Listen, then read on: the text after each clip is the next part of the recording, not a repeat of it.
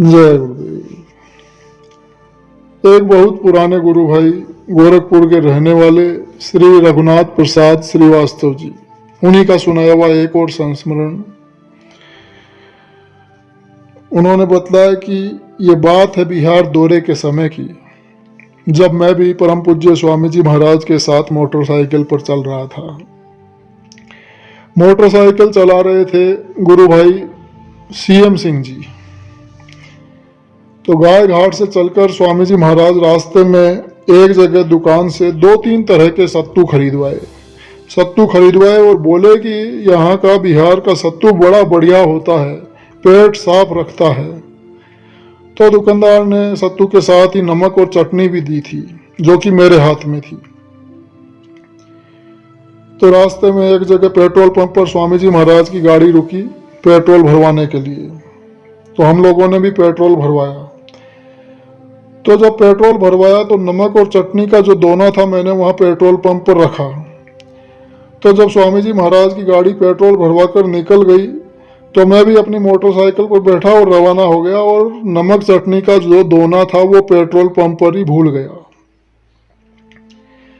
उधर परम पूज्य स्वामी जी महाराज रास्ते में एक जगह सत्तू पीने की मौज फरमाए।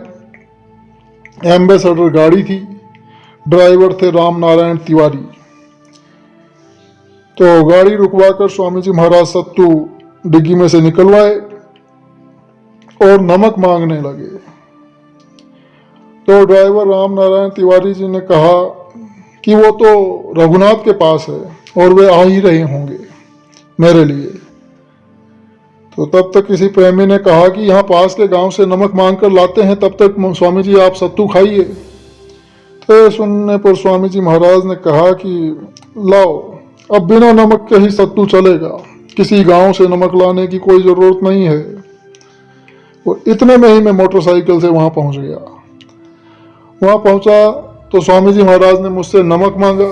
स्वामी जी महाराज जो ही नमक मांगे तो जैसे मुझे सांप ही सूंघ गया। मैं यह कहकर चुपचाप खड़ा हो गया कि स्वामी जी नमक तो पेट्रोल पंप पर छूट गया है। यह सुनने पर स्वामी जी महाराज बोले कि मैं समझ गया, और आगे जब भी परम पूज्य स्वामी जी महाराज सत्तू मांगे कि हम लोग दूसरे सत्तू वाले से नमक लाने का कहे तो स्वामी जी बोले कि अब तो बिना नमक के ही सत्तू चलेगा। और जब जब सत्तू निकाले, सत्तू पीने का बोले, तो स्वामी जी महाराज यही बोले कि रघुनाथ पेट्रोल पंप पर ही नमक छोड़ देते हैं। पता नहीं क्या मौज थी, रास्ते भर कहीं भी स्वामी जी महाराज ने नमक नहीं लिया। शायद बिहार का नमक स्वामी जी महाराज लेना ही नहीं चाहते थे। क्या मौज थी, या फिर गलती का एहसास कराने की मौज थी, ये तो मालिक ही जानते हैं। पर परम पूज्य स्वामी जी महाराज ने पूरे रास्ते भर नमक नहीं लिया। जय गुरुदेव।